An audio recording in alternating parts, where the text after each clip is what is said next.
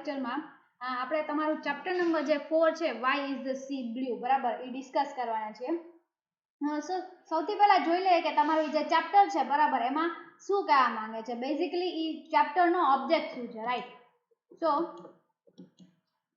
First of all એના જે author છે, બરાબર, એ છે જી વેંકટારમન, બરાબર.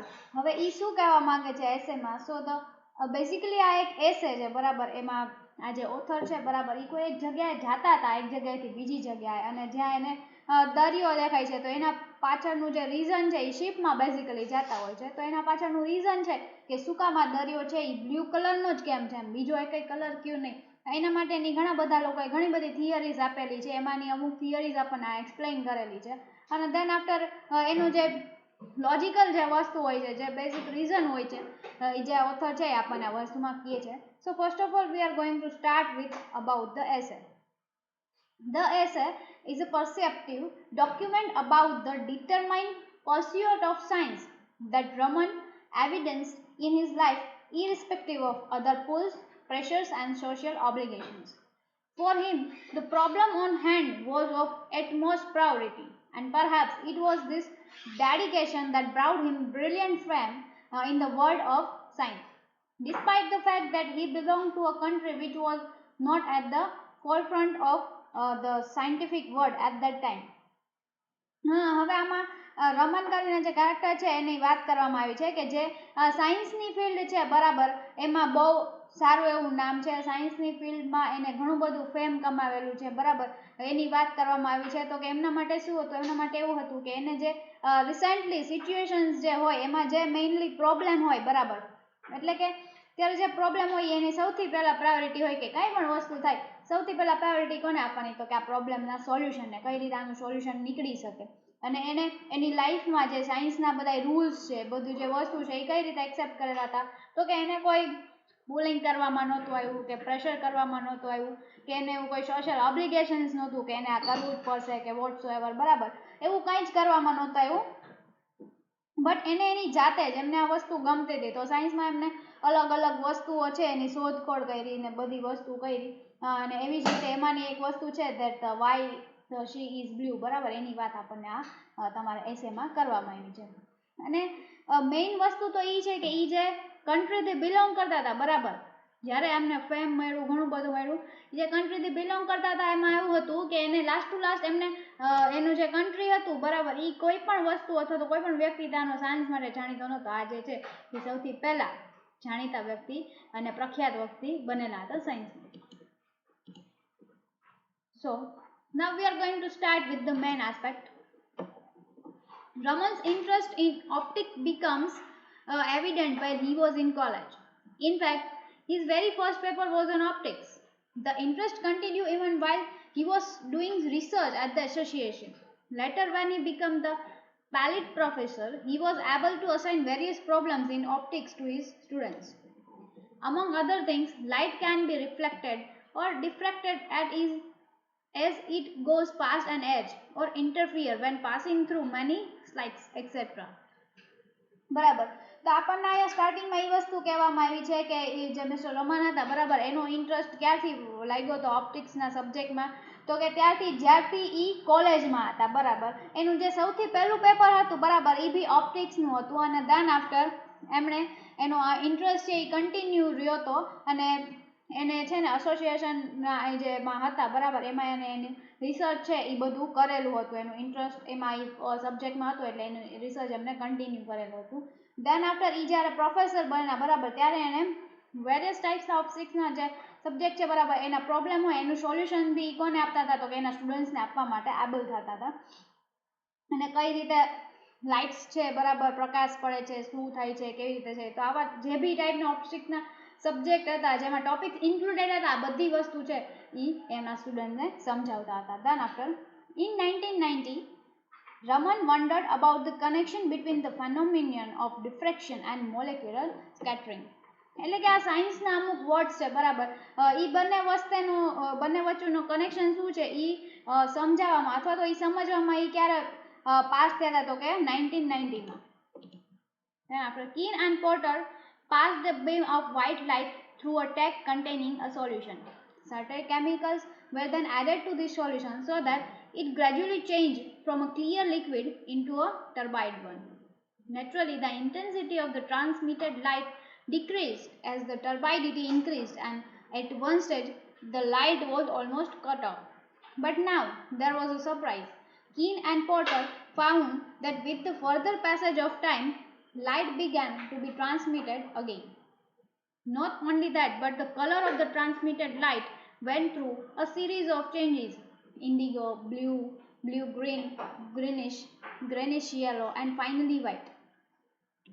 તો આમાં એક વસ્તુની વાત આવી છે કે કોઈ એક લાઇટ છે બરાબર, એ કોઈ ટેન્ક ઉપર પડે અથવા તો કન્ટેન ઉપર પડે તો એનું સોલ્યુશન છે એ કઈ રીતે હતું એના માટેની અહીંયા પરફેક્ટલી એક શેની વાત કરવામાં આવી છે કે એની જે વ્હાઇટ લાઇટ છે એ ટેન્કના કન્ટેનિંગ જે એમાં સોલ્યુશન હતું બરાબર એના થ્રુ પાસ આઉટ થાય છે. દેન આફ્ટર એ કેમિકલ્સ છે એમાં અમુક ટાઈપના બીજા સોલ્યુશન્સ છે એ એડ કરવામાં આવે છે. તો ધીરે ધીરે છે એ ક્લિયર લિક્વિડ છે એ શેમાં ટ્રાન્સફર થઈ જાય છે તો કે એક ટર્બાઇડ વન માને કે કોઈ ગંદકીવાળી વસ્તુ હોય દેટ ઇઝ કોલ્ડ ટર્બાઇડ બરાબર. તો કહે છે કે ઇન્ટેન્સિટી છે બરાબર ટ્રાન્સમિટેડ લાઇનની જેવી રીતે ડિક્રીઝ થાય છે એવી રીતે ટર્બાઇડિટી એટલે કે ગંદકીમાં વધારો થાય છે. અને એક લાસ્ટ સ્ટેજે જ્યારે લાઇટને કટ ઓફ કરવામાં આવે છે ત્યારે ગંદકી ઘટવી જોઈએ. બટ ત્યારે એક વસ્તુ થાય છે, સરપ્રાઈઝ થાય છે. શું? તો કે એ જેમ જેમ આ વસ્તુમાં આગળ વધતા જાય છે બરાબર એમ છે એ લાઇટનો કલર છે બરાબર એ ચેન્જ થતો જાય છે. Like first of all indigo થાય, then blue, green, greenish, yellow, and finally the white. Lord Rayleigh was able to explain the initial decrease in intensity of the transmitted light but had no answer for the strange appearance of colors later. Raman was able to explain all this. બરાબર. હવે એક lord Rayleigh કરીને એક વ્યક્તિ છે બરાબર એની વાત અહીંયા કરવામાં આવી છે કે આવી રીતે જે ચેન્જ થાય છે કલર બરાબર, જે સમુદ્રના કલરની જ વાત કરવામાં આવી હતી કે એમાં કેમિકલ નાખવામાં આવે, આપણે જે વાત કરી બરાબર સમુદ્રના પાણીની જ કલરની વાત હતી બરાબર. તો એની એ થિયરી એમણે એક્સપ્લેન કર્યું છે કે કઈ રીતે ઇનિશિયલ સ્ટેજમાં છે ઇન્ટેન્સિટી છે એ ડિક્રીઝ થાય છે અને એ ટ્રાન્સમિટ થાય છે લાઇટ કલરમાં. બટ જે જુદા જુદા કલર આવેલા હતા બરાબર એમાં એ ચેન્જ થાય છે તો એના માટેનો કોઈ થિયરી છે એ હજી કોઈ એક્સપ્લેન નથી કરી શક્યો. બટ આ થિયરી કોણ એક્સપ્લેન કરી છે તો કે રમન છે એબલ હતા આ વસ્તુ એક્સપ્લેન કરવા. He did this by considering first the way the light wave is diffracted by the individual particles and then how these different diffracted waves combine together to produce an overall effect. The year 1921, Raman is returning to India after his first ever visit abroad. No airplanes in those days and he has to travel by steamer. He boards the Essence Narkunda at Southampton, England in early September.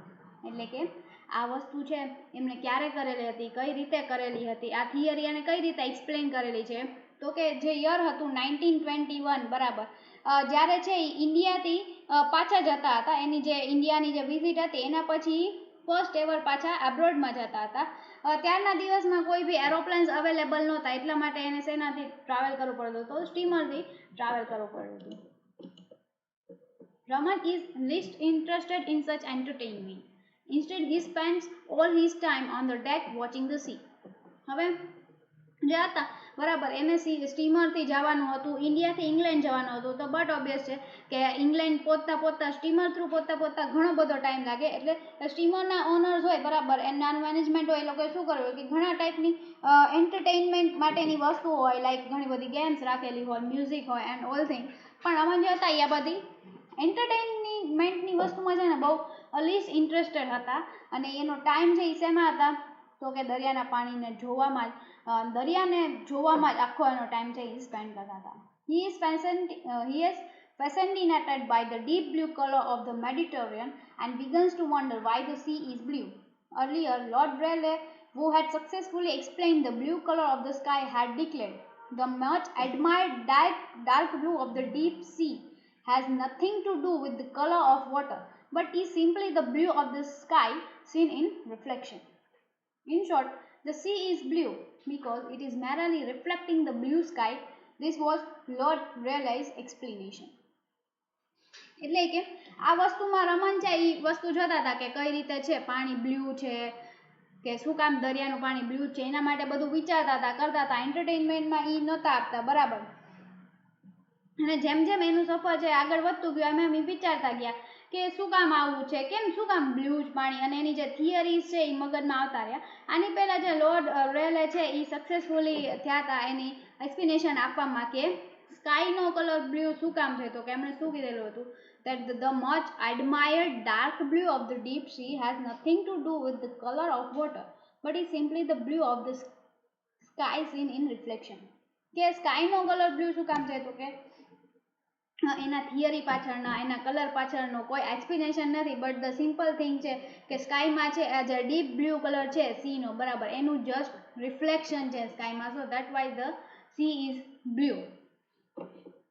એવું explanation કોણે આપેલું હતું, તો કે lord Rayleigh આપેલું હતું. But Raman recalls Lord Rayleigh's explanation but is not convinced by it. He has with him some simple optical tools like a prism, a pocket telescope, and even a pocket spectroscope. September 18, the ship reaches Aden. Passengers get out to feel Mother Earth, do something sightseeing, and buy curios in the souvenir shops. Raman instead rushes to mail a paper to Nature containing his observation made while crossing the Mediterranean. As Nakunda races through the Arabian Sea and as passengers are busy packing in preparation for dismarking and saying goodbye to each other, Raman is busy completing yet another paper for Nature. This he has at Bombay Harbour. તો કે રમન છે બરાબર, એને આ lord રેલેની explanation theory સાંભળેલી જ હતી કે શું કામ સીનો કલર છે એ બ્લુ છે, બરાબર, એની એક્સપ્લેનેશન થિયરી એને સાંભળેલી હતી, બટ એનાથી કન્વિન્સ્ડ નહોતા. એ શું કરતા હતા, તો કે એની પાસે થોડાક ટૂલ્સ હતા કે પ્રિઝમ છે, ટાલિસ્કોપ છે, સ્પેક્ટ્રોસ્કોપ છે, બરાબર, આ બધી વસ્તુ હતો, અને એની દ્વારા અલગ અલગ વસ્તુ કરીને એ જાણવામાં એ બહુ ઉત્સુક હતા કે શું કામ બ્લુ કલર, એ જાણવા પાછળ બધું પ્રયત્ન કરતા હતા, બરાબર. જ્યારે સપ્ટેમ્બર 18ના શિપ છે એ આડન પહોંચે છે ત્યારે પેસેન્જર શું કરે છે કે આટલા દિવસથી બધા દરિયામાં હોય તો પેસેન્જર એવું વિચારે છે કે તો આપણે જાય આપણા મધર અર્થ પાસે જઈએ, ધરતી ઉપર જઈએ અને કોઈક વસ્તુ ખરીદીએ. ત્યારે રમન શું કરતા હોય છે, તો કે પેપર છે નેચર કન્ટેનિંગમાં જે એને ઓબ્ઝર્વેશન લખેલા હતા, કરેલા હતા, બધું કરેલું હતું જ્યારે એ ક્રોસ કરતા હતા મેડિટેરિયન, બરાબર, ત્યારની બધી વસ્તુ છે એને ઓબ્ઝર્વેશન કરે છે. અને ધન આફ્ટર એવી રીતે નરકુંડા છે એ પાસ આઉટ થાય છે અરેબિયન સી પાસેથી, અને પેસેન્જર છે એ બિઝી થાય છે બધા પોતાનું પેકિંગ કરવામાં અને પ્રિપેરેશન કરવામાં કે શિપમાંથી બહાર નીકળે અને એકબીજાને ગુડ બાય કહે છે ને એવું કહે છે. ત્યારે બી રમન શું કરે છે, તો કે એ પોતાના જે પેપર્સ હતા જે એમાં એને વસ્તુ લખેલી હતી એ બધું કલેક્ટ કરવામાં જ બિઝી હોય છે. From Bombay, Raman dashes off to Kolkata and promptly immerses himself in intense experiments. He is now convinced that light can be scattered by the molecules of water just as it can be by the molecules of air, and further, that the blue color of the sea is due to such molecular scattering just as the blue of the sky is. In it, Raman says, in the phenomenon, as in the parallel case of the color of the sky, molecular diffraction determines the observed luminosity and in great measure also its colors. બરાબર. હવે બોમ્બે પહોંચી જાય છે, ત્યાંથી બોમ્બેથી ક્યાં જવાનું હોય છે, તો કે રમનને છે એ કોલકાતા જવાનું હોય છે. એ ત્યાંથી કોલકાતા જાય છે અને ત્યાંથી પોતે જે બી કાંઈ ઓબ્ઝર્વેશન કરેલા હતા, પોતાની થિયરીમાં જે બી કાંઈ વસ્તુ કરેલી હતી, બરાબર, એ બધી વસ્તુનું એક્સપેરિમેન્ટ કરે છે, બધી વસ્તુને વધુ થિયરીમાં ડીપમાં જાય છે અને એક્સપેરિમેન્ટ કરે છે. અને હવે એ કન્વિન્સ્ડ થાય છે પોતાની થિયરીથી દેટ કે લાઇટ્સ છે, બરાબર, જે પ્રકાશ છે એ પડતો હોય છે એ કેના જેવું હોય છે, તો કે જે રીતે મોલિક્યુલ્સ ઓફ એરમાં હોય, જે રીતે હવામાં બનતા હોય છે રજકણોની બધું, એવી જ રીતે પાણીમાં બી બનતું હોય છે. અને એના બધી વસ્તુને એકત્ર થઈને કોઈ એવી અંદર થિયરી થતી હશે જેના લીધે થઈને છે ને વોટરનો કલર છે એ બ્લુ જ હોય છે, બીજો એ કંઈ નથી આવતું. દેટ ઇઝ, અને એમાં સિમ્પલ વર્ડ્સમાં શું કહે છે થિયરી સમજાવવા માટે. So the Raman says, in the phenomenon, as in the parallel case of the color of sky, molecular diffraction determines the observed luminosity and in great measure also its color. Raman thus proved that the sea is blue because the molecules of water scatter light just the same way molecules of air do. Now light from the sun is made up all of wavelengths and appears to us as white. Light of different frequencies is scattered with different efficiencies. In other words, the higher the frequency, the greater is the scattering. Since blue light has a much higher frequency than red, it is scattered much more efficiently. Consequently, the sky appears blue. તો એની થિયરીમાં એ prove કરે છે કે જે રીતે છે sky છે બરાબર એ કઈ રીતે બ્લુ હોય છે તો કે એમાં હવામાં મોલેક્યુલ્સ વધારે હોવાને લીધે ધ સેમ વે વોટરમાં બી એવું જ થાય છે કે જે વોટરનું સ્કેટર છે બરાબર એની લાઇટ છે જે રીતે જે પ્રોસેસ હવામાં થાય છે એવી જ રીતે એ બધા જ રજકણોની પ્રોસેસ છે એ પાણીમાં થાય છે અને આ વસ્તુને લીધે છે બરાબર જે રીતે કેમ હોય છે કે લાઇટ હોય સનની લાઇટ હોય બરાબર એ વેવલેન્થમાં અને એમાં આપણે જોઈએ તો એ આપણને વ્હાઇટ અપિયર થાય છે અને જેવી રીતે લાઇટની ફ્રીક્વન્સી વધારે હોય તેવી જ સાથે સ્કેટર્ડ છે એ ડિફરન્ટ એફિશિયન્સી ધરાવે અને જેવી રીતે હાઈ ફ્રીક્વન્સી જશે તો એ સ્કેટરિંગ બી હાઈ થશે તો આવી રીતે છે જેવી રીતે વધુ ને વધુ તમે બ્લુ લાઇટ છે બરાબર એની ફ્રીક્વન્સી છે એ બહુ હાયર હશે રેડ કરતાં બીકોઝ એનું જે સ્કેટર છે એ મચ મોર એફિશિયન્ટલી હોય છે અને આવી રીતે છે તો આ જ વસ્તુના લીધે સ્કાય બી છે એ કેવા કલરનો અપિયર થાય છે તો કે બ્લુ કલરનો. Incidentally, Rayleigh's discovery also enabled us to understand why the railways use red lights for signaling a stop. This is because red light can travel long distances without getting scattered. If blue light is used, the driver would not be able to see the signal until he comes close enough and by then it might be too late. તો આવી રીતે આપણને જે C હતું બરાબર એનું blue કઈ રીતે હોવાનું એનું કારણ શું છે એ રમનની થિયરી દ્વારા જાણવામાં આવે છે બટ સાથે સાથે આપણને એ બી વાત કરવામાં આવી છે કે રેલે છે બરાબર એની ડિસ્કવરી હતી કે શું કામ રેલવે લાઇટમાં છે ઓલવેઝ રેડ કલર સિગ્નલિંગ માટે યુઝ થાય છે તો કે રેડ લાઇટ છે એને તમે ઘણા બધા ડિસ્ટન્સથી લોંગ ડિસ્ટન્સથી છે એ જોઈ શકો છો અને બ્લુ લાઇટને એટલી ફ્રીક્વન્સી નથી હોતી રેડ લાઇટ જેટલી કે તમે જોઈ શકો જો રેડ લાઇટની જગ્યાએ બ્લુ લાઇટ કરવામાં આવે બરાબર યુઝ કરવામાં આવે so what does it that કે બહુ છે એ બહુ કમ ક્લોઝર આવી જાય ત્યારે એને બ્લુ લાઇટ દેખાય કદાચ સ્ટોપ થવા માટે અને જ્યારે એ સ્ટોપ થવા માટેની લાઇટ દેખાય ત્યારે બહુ મોડું થઈ ગયું હોય સો that's why railways R using red light instead of blue. તો આવી રીતે આપણને અલગ અલગ ટાઈપની થિયરી સમજાવેલી હતી કે સાયન્ટિફિક બેઝ ઉપર શું કામ સી બ્લુ છે કેવી રીતે શું યુઝ કરવામાં આવે છે બરાબર એ આખા એસેમાં તમને એક્સપ્લેનેશન આપવામાં આવ્યું હતું બરાબર. હવે આપણે વાત કરીએ કે આ ચેપ્ટરમાંથી તમને કેવા ટાઈપના ક્વેશ્ચન પૂછાઈ શકે છે અને સો એઝ હાઉ કેવી રીતે તમારે એના આન્સર આપવાનો હોય. So let us start with question number 1. How did Raman prove scientifically that the she is blue? From Bombay, Raman dashes off to Kolkata and promptly immerses himself in intense experiments. He is now convinced that light can be scattered by the molecules of water just as it can be by the molecules of air, and further that the blue color of the sea is due to such molecular scattering just as the blue of the sky is. The thoughts and experimental findings are gathered into a long paper. In it, Raman says, in the phenomenon as in the parallel case of the color of the sky, molecular of diffraction determines the observed luminosity and in great measures also its color. બરાબર તો આવી રીતે જે આપણે લાસ્ટમાં discuss કરેલું હતું રમનની theory કે શું કામ જે દરિયો છે એ બ્લુ હતું બરાબર તો આપણે જે બી પોઈન્ટ ડિસ્કસ કરેલા છે એ બધા પોઈન્ટ છે એ તમે આમાં કવર કરી શકો છો તમારા આન્સરમાં. Then after the second question is what was Lord Rayleigh's explanation of the blue color of the sky? So Lord Rayleigh, who has successfully explained the blue color of the sky, had declared the much admired dark blue of the deep sea has nothing to do with the color of water but is simply the blue of the sky seen in reflection. In short, the sea is blue because it is merely reflecting the blue sky.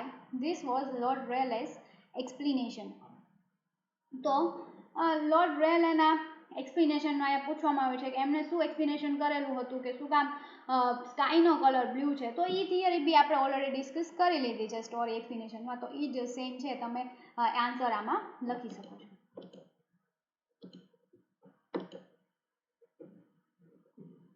So the next question, provide an explanation for the use of red light in railway signaling as opposed to blue.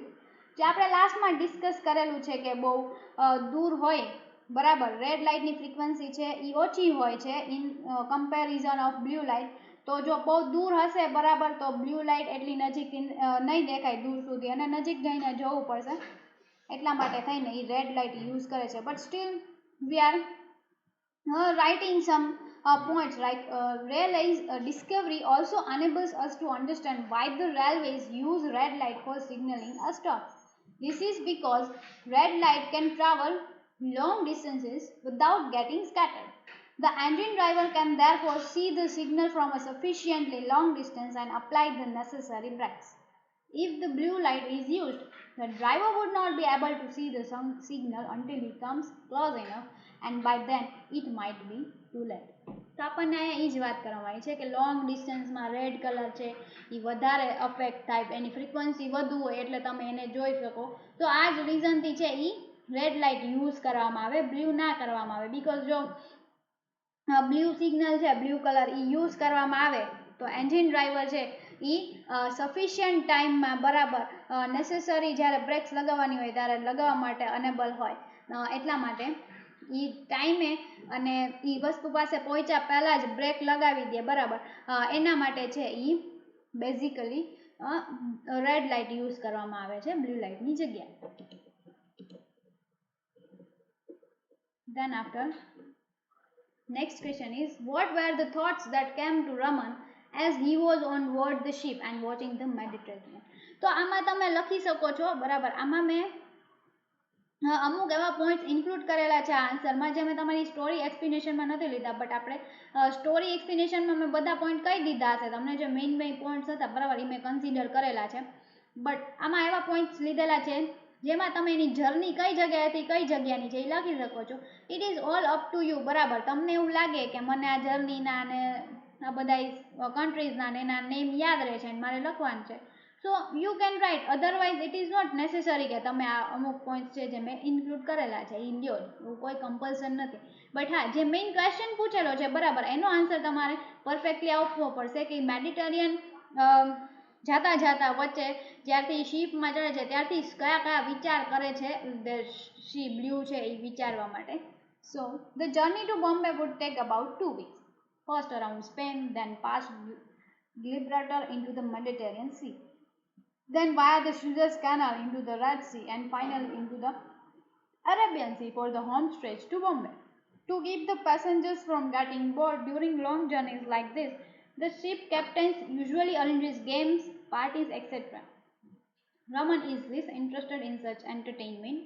Instead, he spends all his time on the deck watching the sea.